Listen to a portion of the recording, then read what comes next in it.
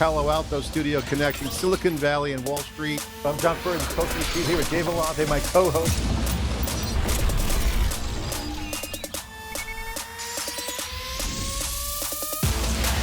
Welcome back to theCUBE studio here at the New York Stock Exchange. I'm Gemma Allen, co-host of NYSE Wired, and today we are talking all things AI factories, where the conversation around AI has largely been about models, GPUs, and the extraordinary amount of compute we are going to need. But there is a more fundamental constraint emerging, and that is power. Joining me now to unpack that is Sanjay Gupta, co-founder and president of Velaura. Sanjay, great to have you. Thank you, Gemma. It's a pleasure being here. We connect Silicon Valley to Wall Street on the show. That is our tagline. You're in from the West Coast. You guys are heavy in the infrastructure space, raised a lot of money this year, big valuation. Velaura AI valued over $1 billion. Break it down for me. Give me the 101 on this company and the thesis. Sure. So again, we're very excited to be in this particular area. Our focus is purely on AI compute. But we approach AI compute from a very different angle. We actually approach AI compute from the area of power and really low power. Okay. Because the general thesis is that there will be a lot of compute for training and inference, but we'll be running out of power very soon. The amount of power being consumed by AI data centers is rapidly growing up. So we've got unique technology which reduces the power at the same performance by an order of magnitude. Wow. So our customers are big hyperscaler customers, and they are delighted with that technology. And then we have a second area, which is a very exciting area, and that's in the world of physical AI. So I think robots, drones, and the like. So we talk a lot about that in this show, so we're definitely going to get into that. But first of all, tell me how. How do you have a more efficient power methodology on the chip? Is this at what level in design does this happen at? Like, give me the technical spec here. Sure, so I'll give you a little bit of the background. So we had a company prior to this where we had special computational technology for blockchain, and more specifically, Bitcoin mining technology. And interestingly, in the world of Bitcoin mining, it may not sound that high-tech, but it truly is at the cutting edge of power efficiency. It is the most important metric, is reducing the amount of power, what they call joules per output or joules per terahash or flops.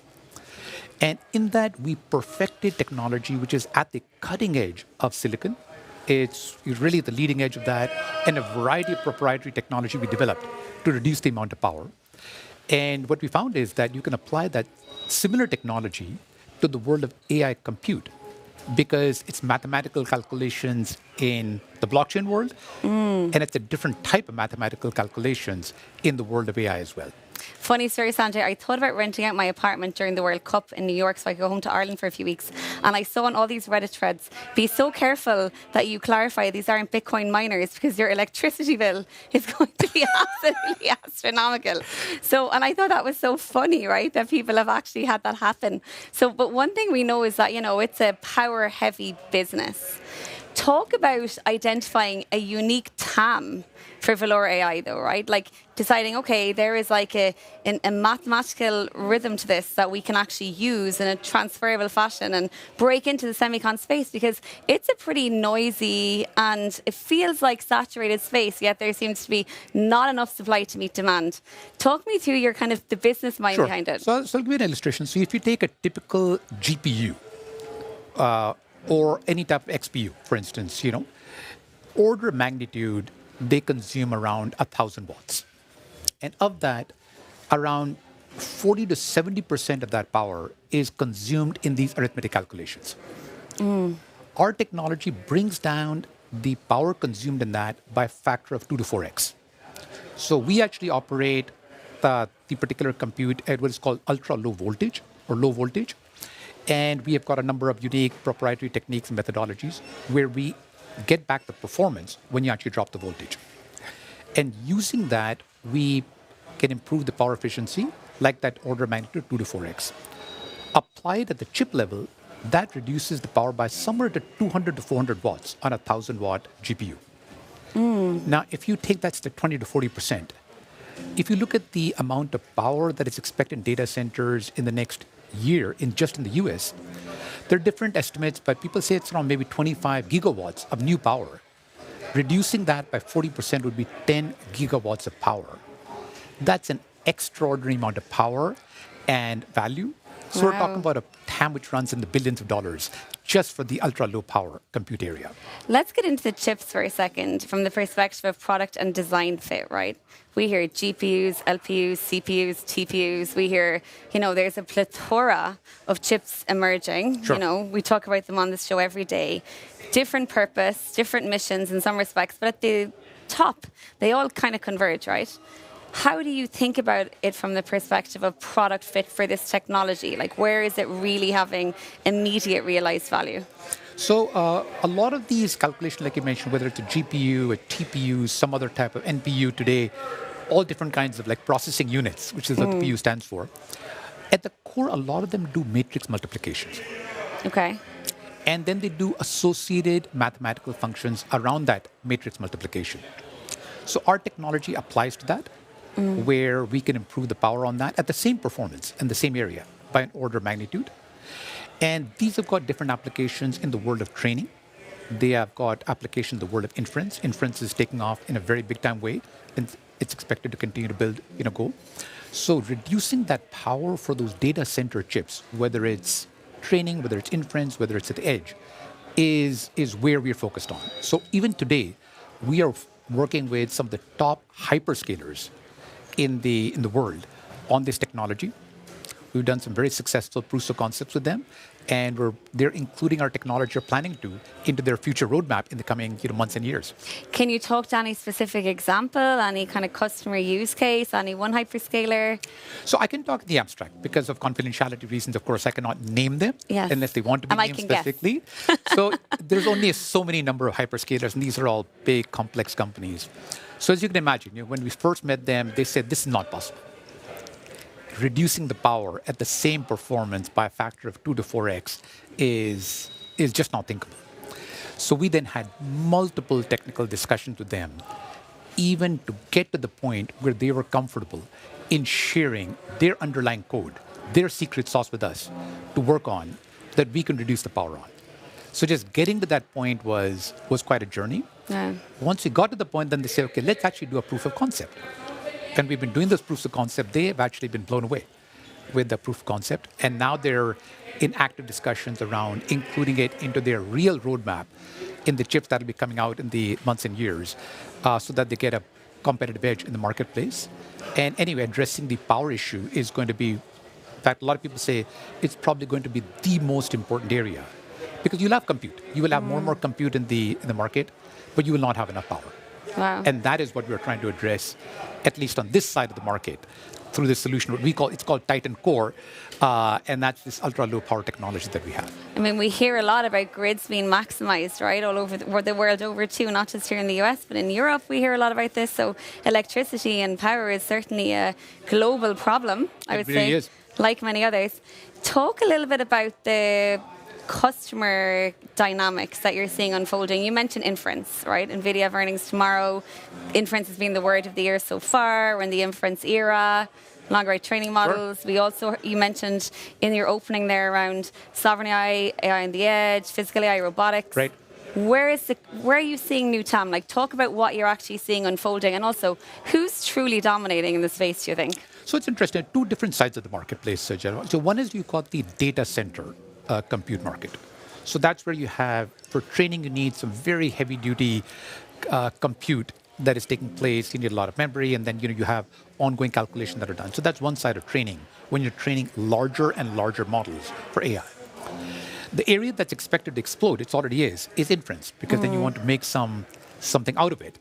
And that is exploding in a variety of ways. So just more recently, I'm sure a lot of you and your listeners have learned about AI agents, which are now just getting started, and that is exploding the amount of compute that will be required in the coming years. So within, again, training, you have different elements, then you have inference, and then you have AI agents coming through, which is going to expand the market substantially. Different part of the market is physical AI. So physical AI is, like I mentioned, robots, drones of different type. Large market today. They're poised for phenomenal growth. Power is a big element out there. A lot of other things are critical for that market. So we're also focused on that market as well. And a lot, I mean, in that market, right, if we really break it down, if we think about it from the perspective of deterministic, a lot is happening on the device, right? So when you think about lower power, lower compute on the device, yet it still needs a level of, high efficiency. There's no real room for error in the situations that you mentioned there, like robotics, drones. We talk a lot about defense technology on the show. Talk a little bit about the competitive messaging around that, especially if you're trying to sell into this space, right? Companies, I'm sure it's a busy and noisy space, a lot of legacy business. Talk about how you position that from a GTM perspective. Surely. So on the physical AI side, it's actually a very interesting market, right? So even today, you find that you have computation chips, but they lack in a few different areas. And we've talked to a lot of now customers in the marketplace, a lot of robotic companies, a lot of drone companies in different parts of the market. We're at this show called Automate, which is one of the largest shows in physical AI. So 3 or 4. One is that the chips consume too much power. And as you mentioned, Gemma, they are on the device. So one is the power consumed, especially if they're not plugged into the wall, then battery life is a big issue. For sure. The second thing linked to that is thermal. Because if they consume more power, they also generate more heat. And that creates a problem when you put them on the actual device or robot as well. So that's number 2. The third part is that a lot of the robots today you find are very fixed. So there's some industrial application, be a fixed arm, pick up, or they'll be in a cage. The breakthrough that's expected to happen is when it comes to autonomy, where you have the robot coming out of the cage, interacting with humans like you and me, and that's where safety becomes critical. Yeah. And safety you want to treat very carefully, but at the same time, you don't want to have false positives. So you don't want to have the reverse case where a cat runs across the factory floor and all the robots freeze. You want to have the right amount of safety, which is critical. And a lot of the solutions today do not have that. And then you mentioned about deterministic. A lot of the solutions today, they are more probabilistic in nature. Whereas if you're down to make a decision like a human, that you walk into a room and you need to react. You need to react in that time frame, and that needs to be deterministic. So deterministic and low latency with a high bandwidth and throughput are critical. So that's where the physical AI special purpose-built silicon is critical, and that is what we're actually focused on. I want to ask you about the source of the power and your predictions for this market 10, 15 years from now, right? We talk a lot of electricity. Obviously, it's the OG. It is what it is. Sure. But we've also had fleeting conversations around nuclear, some level of progress with solar. People kind of debate that, Sure. right? At the end of the day, it's up for debate, I think. What are your thoughts, though, in terms of where this market is headed? And where do you think we really might see some new adaptations of a power source in the next 10 to 15 years? Do you think it's likely? Sure. So again, I can talk about it more indirectly because those are people that we know in the industry that are running large-scale data centers at different types. So we hear actually through them. So clearly, alternative sources is going to be critical. Whether it's different forms of renewable energy, nuclear energy, solar energy. Today, the costs are prohibitive. But you hear again about the whole area around SpaceX and trying to take data centers into space to get solar energy. Today, the capital costs are quite extreme, but in the next 3 years, 5 years, as the capital costs come down and the operating costs are much lower, then that could be an alternative approach as well. So I think all of the above are going to be needed because to sustain the type of growth that we're talking about, there's going to be a lot of power, and then there's also going to be a need to reduce the power consumed at the same compute, which is what we're focused on. So for instance, if you can double the compute within the same electricity footprint, that is a game changer. Sure. And that's the type of game changer that, as Velaura, we are trying to focus on. So I want to talk a little bit about your career and your current position at Velaura, right? You guys went to market in January. You've already raised 110 million, over $1 billion valuation. Like, a lot's happened in a fast space of time for you. When I think about that, I imagine, you and your co-founder waking up in January thinking, we're going to go hell for leather on this. It's not easy to get time with NVIDIA or AMD or whoever, I won't guess, but any of those hyperscalers, everyone's trying to sell into them. You've obviously done something right. You're a seasoned exec in the industry. Bring that to life for me a little bit. I'd love to understand, give me some thoughts on how you think GTM is working well for folks and how you approach it, Sanjay. Sure. So personally, I've been in the industry for over 35 years. I did my undergrad in electrical and electronics engineering from one of the institutes of technology in India. And then since then, I also worked across multiple phases of industry cycles. I was in management consulting for a long time. Do you have the war wounds to prove So it? I've been around, a lot of war wounds around that all around the world. There I was at McKinsey as an associate partner at McKinsey. Then I worked in a lot of Fortune 100 and Fortune 500 companies, leading large multi-billion-dollar P&Ls. I've seen the transformation technology from the internet days of the late 90s, early 2000s, to the boom of the mobile phones, to the boom of the data centers, and now to this wave of AI. So it's been. Other co-founders have a very strong pedigree in technology and in Silicon Valley in the Bay Area. One of our co-founders and CEO, he's been a veteran. He's had 3 very successful technology companies at each of these major changes of the internet, mobile, and cloud. His name is Rajiv Khemani, and he's very well known and he's got a tremendous background. Another of my co-founders, his name is Manu Gulati, and he was the lead architect for a number of generations of Apple's iPhone and iPad chips. Wow. And then he had his own company called Nuvia, which he sold to Qualcomm. And my third co-founder, he actually was the CEO of a listed company, in fact, listed on NASDAQ for over 10 years, and has been in the industry. So all of us, we actually got a very strong background in the industry. And that itself brings credibility to the market and also brought credibility to our investors as well. So a lot of our investors we've worked with over many years, and there's a level of trust and that they know that this is a team that will make things happen if they say it'll make it happen. Wow. Well, you've got serious chops between you there in terms of everything you outlined. So, still year 1 of this company, exciting mission, a lot of money, got some runway now. What's ahead? What does the next 4 to 5 years look like? Are we going to see you ring the bell, not at NASDAQ, here at the New York Stock Exchange, Sanjay? So first of all, we're excited about where we are. We're just getting started. This is just the start. So first of all, it's a validation in the team that we've got this investment. It's a validation in the idea, validation to a certain extent in the TAM, and a validation in the belief that we will execute. So we will be executing against it. We'll be looking for tremendous and exciting growth in the area of AI compute, both for ultra-low power and physical AI.